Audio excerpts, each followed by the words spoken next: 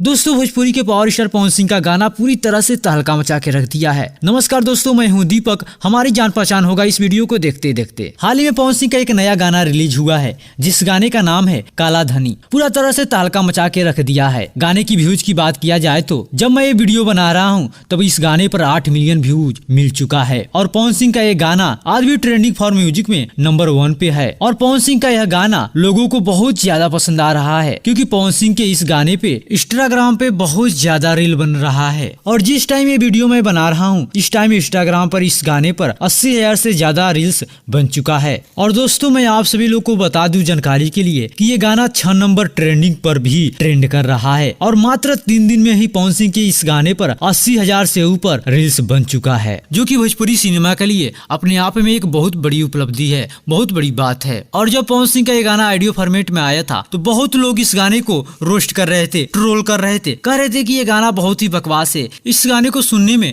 थोड़ा भी मजा नहीं आ रहा, और तरह तरह के कमेंट भी कर रहे थे। लेकिन जब से इस गाने का वीडियो सामने आया है, भाई साहब पूरे भोजपुरी इंडस्ट्री में तहलका मचा के रख दिया है। आप जाकर देखिए इंस्टाग्राम पर इस गाने पर 80,000 से भी ज्यादा रील्स बन चुका है। और जब मैं ये वीडियो बना रहा हूँ, जैसा कि मैं पीछे भी बताया इस वीडियो में कि 80,000 रील्स बन चुका है और यूट्यूब पर 8 मिलियन से ज्यादा इस गाने पर व्यू मिल चुका है। तो दोस्तों ये गाना आप सभी लोग को कैसा लगा, आप लोग सुने हैं या नहीं, आप लोग कमेंट में जरूर बताइएगा। अगर नहीं सुने हैं तो इस गाने को जाकर एक बार जरूर सुनिए, क्योंकि ये गाना कमाल के है। और इस गाने का वीडियो भी देखिएगा, क्योंकि इस गाने का वीडियो एक्शन वाला है, तो गाने को देखने में भी काफी मजा आ रहा है। बाकी सब ये वीडियो आप सभी लोग को कैसा लगा कमेंट बॉक्स में जरूर बताइएगा। और वीडियो अच्छा लगा हो तो वीडियो को लाइक कर दें, चैनल को सब्सक्राइब कर दें और वीडियो को शेयर कर दें। और मिलते हैं हम अगले नेक्स्ट वीडियो में, तब तक के लिए जय हिंद दोस्तों।